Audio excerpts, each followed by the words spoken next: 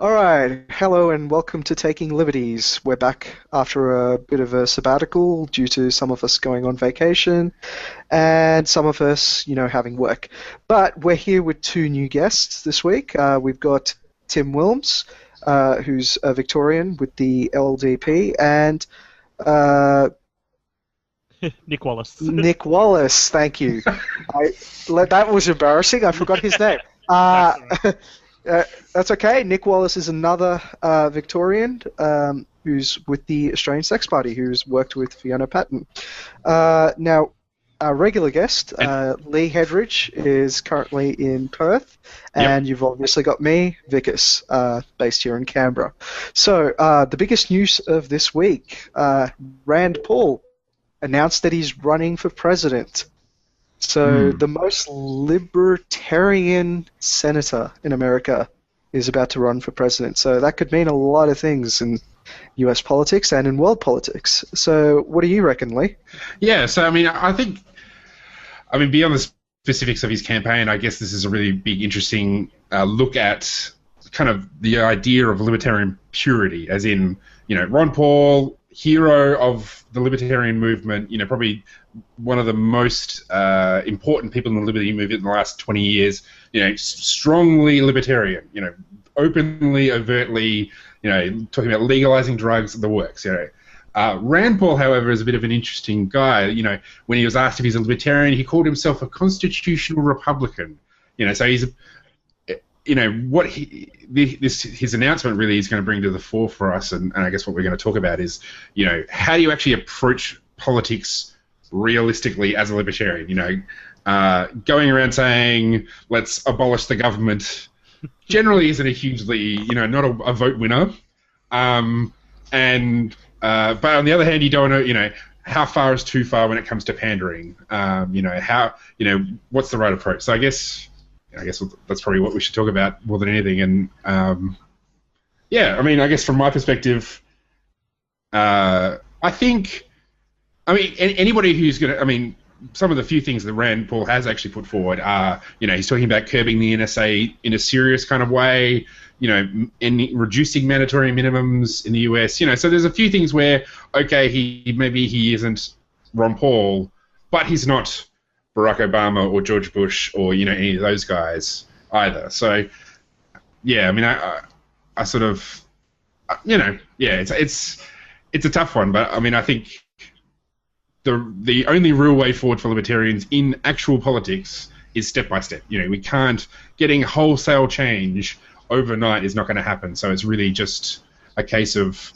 taking your wins where you can, doing what you can in whatever small little sort of patch of, of the political landscape you can sort of work on. Yeah, what do you guys reckon? It's interesting that you brought up the concept of libertarian purism, because I believe we've had massive debates about that here in Australia, particularly related to whether you should be in the Liberal Party to promote liberty or not, or whether you should be in any party at all, which I believe is the Misesian position in Australia. And the Mises group tends to say that, we shouldn't be involved in politics because, well, that just corrupts the entire message. We're trying to sell, a social and economic movement here rather than, a political one. And I think that kind of slightly misses the point, in the sense that if you're not involved in the political process, that doesn't mean people who aren't going to subject you to political wills. But that's a whole other discussion, which I don't particularly want to get into. So the real point I guess we should be discussing is, in Australia, what does libertarian purism necessarily mean? Does it mean you have to join the LDP? Does it mean you have to join the Liberal Party? Does it mean you just create your own party? Or even go to the Sex Party, which I'm sure Nick might want to advocate. Well, So, I'm sort of interested in the focus on being pure in a libertarian sense, because a pure concept sort of blocks itself away from potentially being, receiving new evidence and then changing itself into another concept. Because if you've got a pure concept, it seems static. Why the focus on pure libertarianism and trying to find what that is? Why not trying to focus on Maybe I mean, that's actually. No, that's not a bad question to ask, because I guess, it depends what sort of strand of liberty you sort of come from. Like, I guess a lot of libertarians are sort of very natural rights focused. That is, there's clear principles that taxation is theft and that's wrong. That the non-aggression principle. They're very clear cut ideas, and I guess from that point you can sort of say, well, it is almost black and white. Like, there's obviously hard cases, but there's a lot of it's very straightforward. So I guess a lot of, particularly more sort of on the anarchist side, the Rothbardians, the Randians, they take a very strong line, and this is what happened in this thread and almost every other thread in the ALS, the Australian Libertarian Society Facebook group, which is I thought that might pop up. Kind of got a few guys in there who are like nothing but the best is acceptable. And this is why some of them got stuck into Peter Phelps in the past, who's an upper house guy in New South Wales, who's a libertarian. But they say, what have you done for liberty? You vote for all this stuff, for all these bills, and their observation is fair enough. He hasn't radically changed the world. But for someone like me, I guess I sort of think, well. And I'll be upfront. Like, I'm actually the president of a branch of the Liberal Party. I'm not much of a partisan. I'm more of an ideologue. But I guess from my perspective, I sort of think, well, I want to work with the people I can work with to convince them that liberty is worthwhile and to get them on board. So I guess that's kind of the two extremes. That is, work with the people you've got in the areas you can. Be it in a big major party that is full of, has got a wide spectrum of people. But that involves some compromise, or do you take, on the other extreme do you just sort of, put your stake in the ground and say, this far and no further? By joining a political party, I think that's the first step towards pragmatism.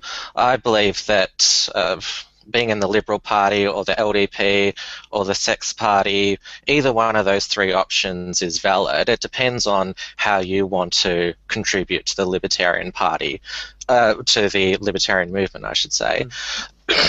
Being in the LDP, obviously, given the strong party discipline that we have in both the Liberal and the Labor Party, it allows you to have a bit more freedom to state libertarian positions. The good thing about having David Leyonhjelm as a libertarian senator, he's able to put forward the libertarian position to the public and educate a lot of people about what is libertarianism, which is what Ron Paul did in 2008 and 2012, just promoting what libertarianism is. We're probably at that stage in Australia. That's why I think when people are attacking Peter Phelps, obviously the libertarian movement is still young, which is why he hasn't achieved much. But I think that in a minor party there is being pure, you're allowed to promote the message more, while obviously in a major party it's more working behind the scenes and more of a long-term strategy. But I think both options are equally valid. With Peter Phelps, I think one of the difficulties that comes up with pursuing any particular political ideology in a democratic society is that you have to make concessions in order to govern. So no matter what he does, he's got to work with a whole bunch of other people who aren't going to agree with him, and he has to find a compromise. He has to get to a middle ground, and it's the same with David. It's the same with any politician who wants to be pragmatic. You can be a politician and you can stick by your ideals, but you may not actually get anything done. And then what's the point? Because you've gone in there, you've shown everybody who agrees with you that yes, you are in there, you've got that power, but you haven't actually managed to use it well. So difficulties there with concessions. Yeah. So I just want to add, so the complaint here tends, well, not complaint, but the position here is that to work with other people, you have to keep watering down your legislation until it's, more watered than actual legislation to achieve your goals. You might be even able to say that it's homeopathic. So that leads a lot to sort of, a realization of as to why our political system is so ineffective. I mean, the thing is, it's all. I mean, all politics is coalition building. Even dictatorships are going to be coalition building of some sort. Like the Labor Party, you've got kind of the progressive left, you've got the kind of the unionists, and then obviously the Liberal Nationals. You've got agricultural socialists on one end.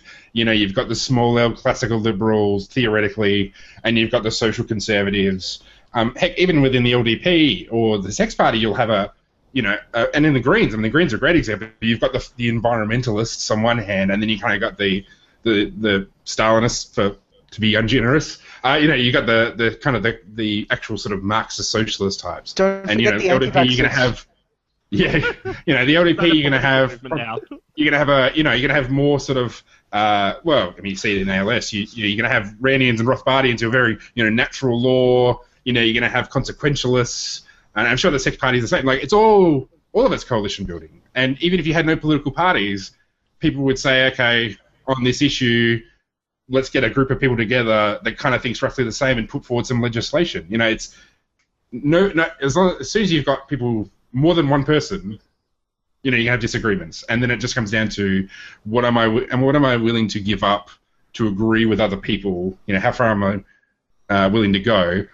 I mean, that's the ideal. The reality in politics is, loyalty is currency, and if you want to succeed, and that's definitely true of the major parties. Somewhat less true of minor parties, just because of how small they are. But your currency in the Liberal Party or the Labor Party is how many campaigns have you helped out on? How many doors have you knocked on? Like, it's just they reward people for hanging in there. It's the KPIs.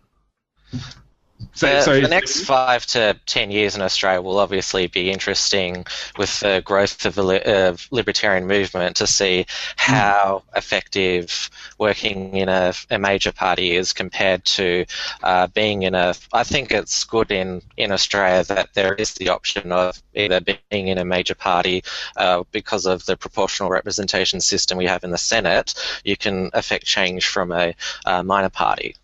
Well, yeah, that was Phelps's major argument, was that you should join the party and change it from the inside. However, I think that sort of leads to a point that I made, and I think needs to be made again, is that people said, what has Peter Phelps achieved? What has anyone achieved by trying to change the system from the inside? Now, that's too early, I think. Yeah, but hang on. I'm going to drop a couple of bombshells here. Because you can actually go back 30 years and look at a time when a major political party in Australia was deregulating things, was floating the Australian dollar, was making it easier to do business, and was basically reducing tariffs. That wasn't the Liberal Party, it was the Labor Party, right? And if you want to make the argument that a political party can be changed from the inside, I'd have to say historically, to make the argument that that's the Liberal Party that's susceptible to that change, it's almost impossible to make, because every form of deregulation they've done has either been really, really late and up to the point where the writing has well and truly been written on the wall. And I'm talking about like the car industry stuff, which they've backed down on now, by the way, despite the fact that they started on that. Yeah. Anyway. So but my argument is, by the time they get around to this, free market stuff that they keep talking about how much they love, it's usually well and truly too late, and it's always well and truly too little. But the thing about that, sorry, go. You finish. Yeah, but I was going to say, but if you take a look at the historical record here, Labor actually has a very solid record on market liberalisation, and that should be a point of shame for Liberals. Well, the thing is, can I just make a quick point on that? Like, what's interesting about, from what I understand, and I could be wrong, like I'm not a history major, so I could be wrong on this, but a lot of those reforms passed because there was support in the Liberal Party. Howard didn't oppose those things back. The lead. Yeah, Howard was the leader during the 80s. So he supported those changes. By the Hawke government and the Keating government. And you look at someone like what's his name? I've forgotten his name. Who talked about tariffs? My best mate in the Liberal Party. anyway, there was a Liberal Party lower house guy during the 60s, who fought a lonely battle on tariffs, and his name's Bert Kelly. Bert Kelly, that's it. He spent How could you a forget decade. I don't know, it just left my mind. I love that guy. He's so great, But he basically stood up in the Liberal Party for 10 years and just fought against the system for and fought against Blackjack McEwen, the leader of the Nationals. So he kind of laid the groundwork for people to then abolish the tariffs later. So I think my point in making those things is not that the Liberal Party is great, but just that when ideas take hold, they can take hold on both sides. There was enough support within the Liberal Party just to go with the support in the Labor Party to make those things, to change those things. Same with tariffs. So I guess what I come up from is, well, the value of being a member of Parliament is it gives you a platform, it gives you a microphone, and it gives you opportunity. And I think that's the value of Peter Phelps or David Leyonhjelm, or anybody else in any sort of role within a political party, is it gives you an opportunity to say, look, liberty works. Liberty is right. And these are the reasons why. Because ultimately the only way you can change things is by changing people's minds and getting them on board with the ideas. Just raw political, bludgeoning. There's kind of might be a role for that later in the track, but at this point in time, right now, is just, it's persuasion. I do think, though, Bert Kelly, he wasn't just behind the scenes, he was also in the public arena as well, which is very difficult for Liberal Party MPs to do these days, which is why I think that having minor parties which do have freedom. You might disagree with me, Lee, but it seems that Liberal Party MPs these days are very constricted about what they can say, and I think that that's what puts a lot of people off the Liberal Party, or the Labor Party for that matter. Yeah, I think the value of Peter Phelps is that he's in the party room of the New South Wales Liberal Party. So, sure, he might not be, unlike David, David's got a platform, he can speak freely because his parties support him. And he does a great job in that. And I think David Leyonhjelm was one of the best things to happen in politics.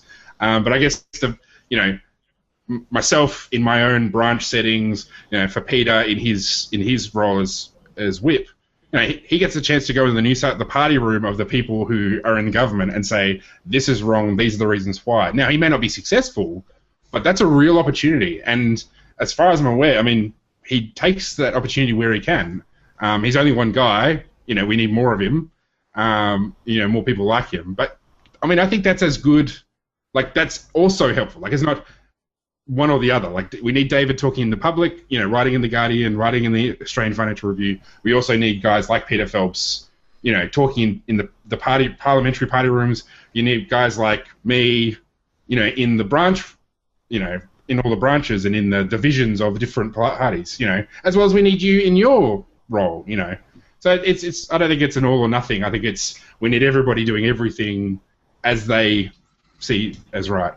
Yeah, I don't think it's, constructive for Liberal and LDP or Sex to fight about who's achieving what.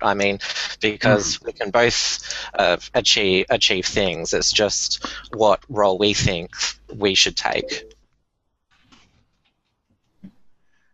Nick, you put something in the chat which I thought might be really good for you to share. Did you want to make mention of that before we move on? Oh, that was actually just a quote from a hip hop song that I used to listen to back when I was much younger man, 14 or 15. No, I think it's a great quote. You should share because it's a good warning to people. I'll read it out. I'll read it out for you. It's from a US hip hop artist called Immortal Technique. The song is "Poverty of Philosophy" or "Poverty of Philosophy." If you want to check it out on YouTube.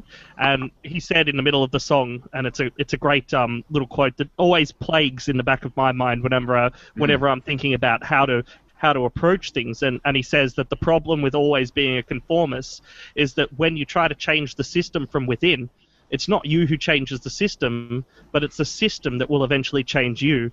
There is usually nothing wrong with compromise in a situation, but compromising yourself in a situation is another story completely, and and that's a constant battle that I feel from a perspective of trying to obtain liberties in all sorts of ways. Yeah, I mean, I think that's amen to nonconformists. That's all I have to say. But we should move on. We should actually talk about the other thing we got on the agenda, which is the announcement by Tony Abbott for his plan to fight the ice epidemic, which is forming a task force, always an effective strategy, to try and take on this national ice epidemic. And so far, it seems that they're doing some sort of stock take, whatever that is, then leading to some sort of potential something down the road. And Nick, do you want to get into that? Yeah. Something to point out before we even get into the fact that the Commonwealth government has decided to step in on an area which, in the legislation, it's the state's issue in the first place. But they've also stepped into an area where the Victorian government has already had a task force announced in January. They've just about finished their report. They're just about to release their report, in fact. And they're looking at collaboration between law enforcement, which is it's an unfortunate fact that the focus is still in law enforcement, but the reason why is because the reality is it's still against the law, and they have to save face, essentially. They have to look like they're doing something to enforce the laws, but they are now admitting that they need more of a health focus, more of a community focus, and more of a welfare focus. They need a whole rounded response to that. So the fact that the federal government goes and announces that, and several months ago they actually ditched a whole bunch of funding for exactly those organizations, health, community, and welfare organizations that were working with people with drug addiction problems to solve their problem. And now Tony Abbott comes out going, we put Ken Lay in charge, and he's gonna totally police the shit out of that. That's probably what someone said. I actually had a listen to. I was listening to ABC earlier, and I heard an interview with Ken Lay, and Ken was saying, with sort of I said at the time that it felt like he had a sheet in front of him that he knew he had to read. He knew he had to reiterate the fact that, it's all about law enforcement, but he was really, really trying to say, and this felt honest from him, maybe that's my bias, I don't know, but he was saying that what we need to do is focus in other areas. We're not going to arrest our way out of this problem. We need to focus in other areas and fix this problem. And that's very difficult for a public official to say, to admit that what we've been doing for the past, 50 years is wrong. So, yeah, I mean, it's like seeing the stone bleed, really. But something I noticed this morning when I heard this stuff on the news was that it seems the kind of triggering sort of incident that brought this, well, at least allowed them to bring forward this plan, was that they found sailors in the ADF using meth. They could busted them, and which is kind of, there's a level of hilarity to that just kind of blows my mind. That here we have the government in all of its force, and it can't even keep this stuff off its own boats. There was a 7:30 story about it last night. Yeah. So, to be fair, sailors on meth would be doing pretty well at their job. Yeah, well, that's long hours, I mean, obviously, you don't want taking ice because ice exists only because of prohibition. Like the stuff you would have, people. If it was legal, you could use amphetamines in a way which is way less dangerous than ice. But if you are working long shifts on a boat in the middle of nowhere in a really cramped, unpleasant conditions, using meth, like using amphetamines to help you not just cope with your job, but do your job right, staying alert. Being focused, because if you're on stuff that's like patrolling the waters, you need to have your head screwed on, and it's long hours. I actually kind of thought, why are you complaining about this? Like this is enabling them to do their jobs properly. In the 50s and 60s, the American government through MK Ultra was experimenting with a lot of drugs, and they were especially looking at the amphetamines for increasing the soldiers' capability to engage in war for long periods of time. Yeah. Now, if I recall correctly, soldiers started tripping, and that was the problem. Oh, they started climbing up trees at that stage. It's useless. Useless. But I mean, acid. I mean, the thing about ice, apart from the fact it's actually not used that often, and that's always overblown by the media and by politicians. I believe is that. Yeah. And amphetamines, more than any other drug, is used in so many applications outside of, you know, getting high. Like you think about, so Ritalin, for example, is a type of amphetamine. You know, you can get weight loss drugs that are a type of amphetamine. Like all these things, we have all these different uses, and yet, like in this kind of weird, I mean, the insanity of prohibition is that, okay, if you use them to lose weight, or if you use them to stay focused or to help you study or whatever, that's fine. But hey, if you want to get high with this crazy crap stuff that you're forced to take because of prohibition, you know, you are evil. You are Satan. Like, it's just, I think ice more than anything sums up the incredible stupidity of prohibition. Like, it's just, it is the cherry on top of a very ugly shit sandwich. Colourful there. Colourful. No, but so just to add on to that point, it also strikes me as strange that it's essentially, if people are using drugs in a, you know, recreational manner, that's bad. Because, like, here's the thing, you can get synthetic, well, not even synthetic, you can get cocaine on a prescription if you get oxycodone, right? Because that's cocaine. That is legitimately cocaine.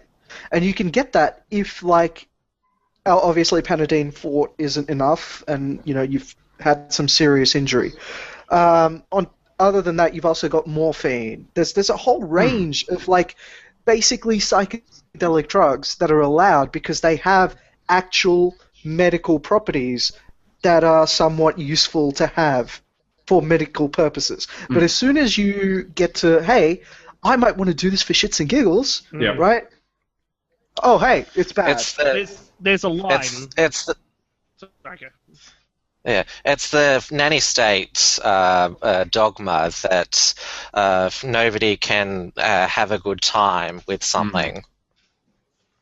There is a interesting line. I was at a conference a few years ago, put on by an organisation called Entheogenesis Australis. Bit of a mouthful. If you want to have a look, if you've got your computer open, entheo.net, entheo.net.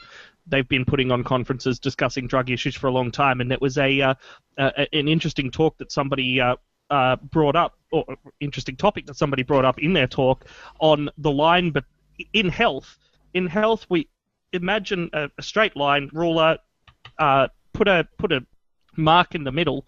Below, at that mark, you have optimum health, or the normal health that you should expect. Below that line, you're sick. A lot of our medicines are all about making people unsick. It's about reaching up to that line. But some of the things that people take, a lot of the reasons that people take things like amphetamines is because they want to get more out of something. They want to be able to do something, achieve something. They're not taking it because they want to throw their life away, though that might happen due to addiction. But they're taking it because they want to go on above and beyond. So it's this other side of medicine that we want to improve the situation that we have now.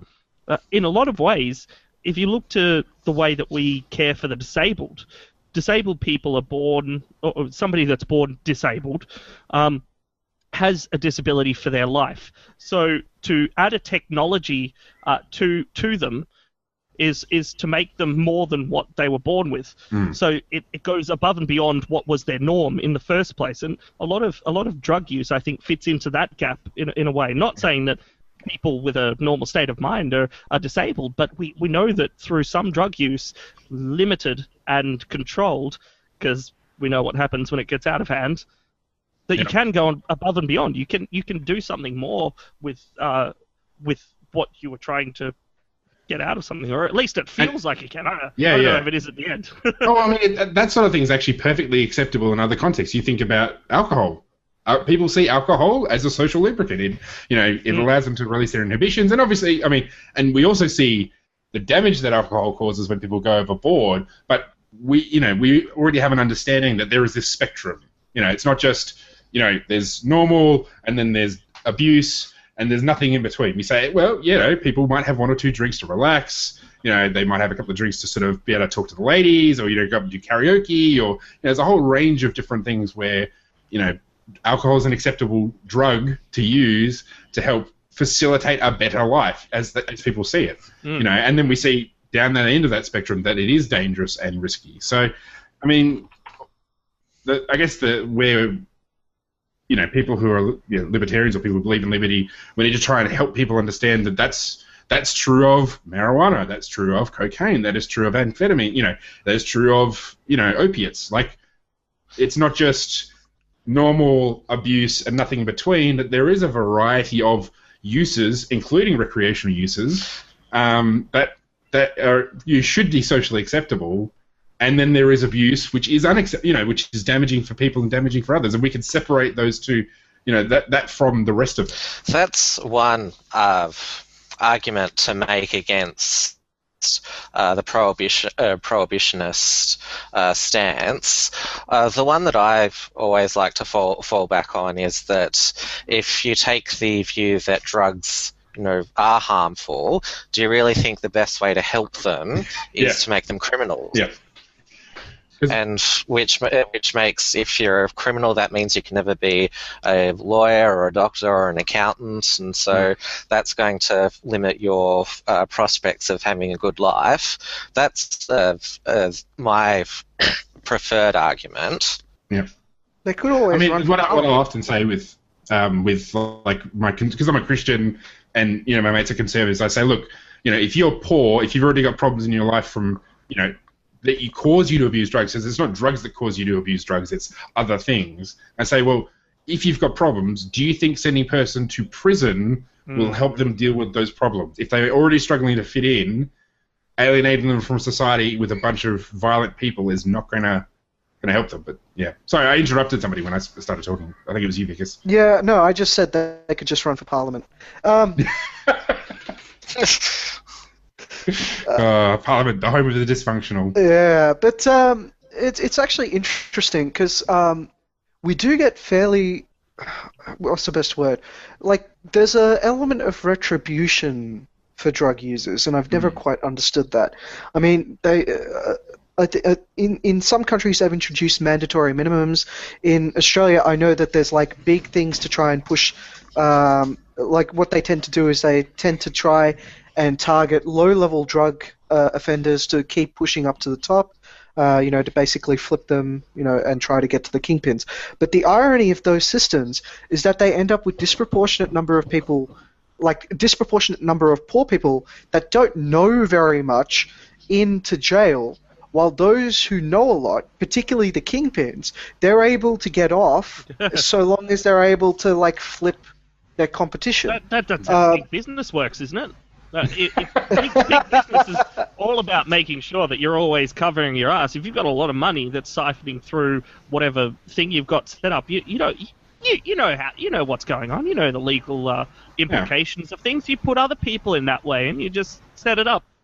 That's also why you don't see heaps of middle class, upper class white kids going to prison. And this is particularly true of like somewhere like America, where you've got really large poor minority populations, but it's probably true of Australia. When I think about like drug use is pretty consistent across all across all classes. And middle class, upper class kids are going to use drugs just as much as poor kids, except it's harder to prosecute rich kids because they've got lawyers, they've got support, and so those are the ones who get let off. And it's the poor kids from poor neighbourhoods in Australian cities, where their families have been, on welfare and all the rest of it. They're the ones who end up copping all these penalties because there's just no way they can avoid it because they just don't have money. So the prohibition is actually classes. And it's also the fact that prohibition pushes up the price. So if you're wealthy, you can afford to have, say, a $100 a day heroin addiction more than a poor person, and so you're not forced into a life of crime to pay for it. Yeah. There's an excellent book by a man called Dr. Carl Hart over in the US. The book's called High Price, and the tagline is a neuroscientist's journey of self-discovery that challenges everything you know about drugs and society. And Carl's sort of claim to fame is that he grew up in a sort of what we'd call a ghetto. He grew up in a black community. He's a young black man. He was a young black man. He's not so young anymore. And he grew up in a society where the drug black market culture was all around him, the gang culture was all around him, the criminal culture was all around him. And then he became a neuroscientist, and he figured out that actually it's not the drugs that were driving the addiction. It was the black market that was driving the bad social outcomes that people were seeing in the communities.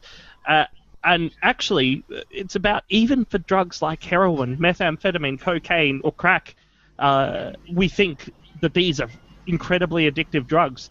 But still, what Dr. Carl Hart found was that the large majority of people who take these drugs aren't addicted. It's a small minority, but that small minority cause all the problem. And those are the ones that we hear about, 10 to 15%. So, 1 in 10 people. There's a lot of people that you don't hear about who do take drugs, and what you were saying before, Tim, about the middle class people taking various different psychoactive substances like cocaine, they don't get targeted by the police as much because the police are targeting. It's not so much the drug; they use the drug as a scapegoat, but the focus is on certain cultures and what's happening in there, or subcultures, I should say. Well, just before you wrap up, I just want to make mention that Jacob Sullum from Reason Magazine has wrote in Forbes, their website, about that guy and his book and his research. So if you want to check out more about his insights onto drug use and drug addiction, you should check out Jacob Sullum's column in Forbes about it. So, but yeah, sorry, Vikas. Oh, don't apologise. Anyway, so I guess I have to wrap it up because we've hit our 30-minute mark. So it's great to be back, and hopefully we'll have more regular shows. We'll probably have some of our old favourites coming back, as well as Tim and Nick. I forgot Nick's name again. So Tim you can call me ZXI6 if you want, but it's ridiculous. Yeah, I know. So basically, yes, that's what's happening. I'm looking at your name and just going Xenix. What? No, so yes, Nick and Tim will probably be back as well, and a new show next. Thank you for having us, by the way. Yeah, thanks. I appreciate it. All right, see everyone. Bye.